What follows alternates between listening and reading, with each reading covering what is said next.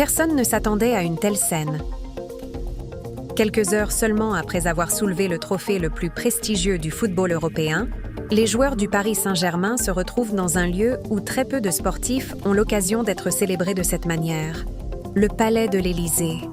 Mais ce qui s'est passé lors de cette réception a attiré l'attention bien au-delà du monde du football. Après une finale épuisante remportée face à Arsenal, les héros du PSG sont rentrés en France sous les applaudissements de milliers de supporters.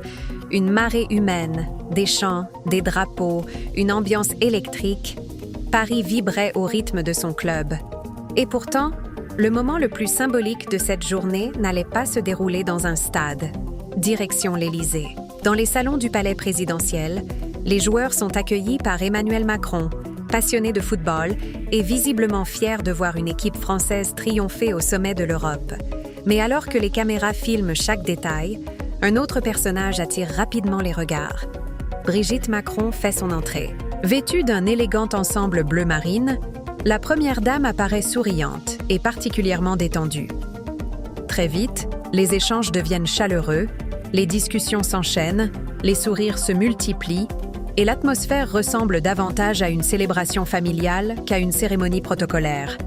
Et c'est précisément ce contraste qui fascine, d'un côté, les plus hautes autorités de l'État, de l'autre, des footballeurs devenus les nouveaux héros du pays.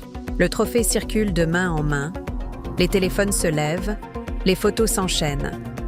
Et chacun semble vouloir immortaliser cet instant historique. Emmanuel Macron prend alors la parole. Mais derrière les félicitations, un autre sujet s'invite dans son discours. Le président évoque également les incidents survenus dans la capitale après la finale, rappelant que la fête ne doit jamais se transformer en débordement. Un message fort, puis le ton change. Place aux compliments, place aux hommages. Le chef de l'État salue le travail de Luis Enrique, la détermination du groupe et la performance exceptionnelle réalisée tout au long de la compétition. Pour beaucoup, cette victoire dépasse le simple cadre du sport. Elle devient un symbole, celui d'un club qui a longtemps été critiqué, parfois moqué, mais qui finit par inscrire son nom parmi les plus grands d'Europe. Et pendant que les images de la réception font le tour des médias, une autre information commence à faire énormément parler. Combien les joueurs vont-ils réellement gagner grâce à cette victoire? La réponse risque d'en surprendre plus d'un. Selon plusieurs médias français, chaque joueur ayant participé à la compétition devrait toucher une prime d'environ 1 million d'euros.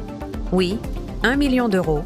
Et ce montant serait identique quel que soit le statut du joueur, star mondiale ou remplaçant, même récompense, un chiffre impressionnant qui illustre l'ampleur économique de ce succès.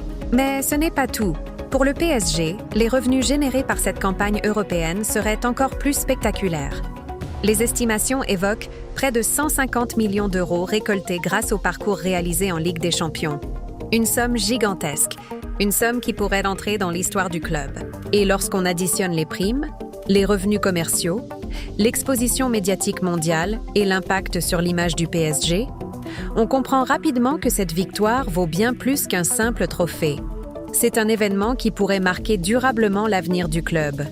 Une chose est sûre. Entre les célébrations populaires, la réception à l'Élysée, les images de Brigitte et Emmanuel Macron entourés des champions et les millions qui vont être distribués, cette journée restera gravée dans les mémoires des supporters parisiens. Et maintenant, une question divise déjà les passionnés de football. Cette génération du PSG est-elle la plus grande de toute l'histoire du club? Dites-moi ce que vous en pensez dans les commentaires. Et si vous aimez les coulisses, les révélations et les histoires que les médias racontent rarement jusqu'au bout, abonnez-vous dès maintenant parce que les prochaines informations risquent de faire encore plus parler.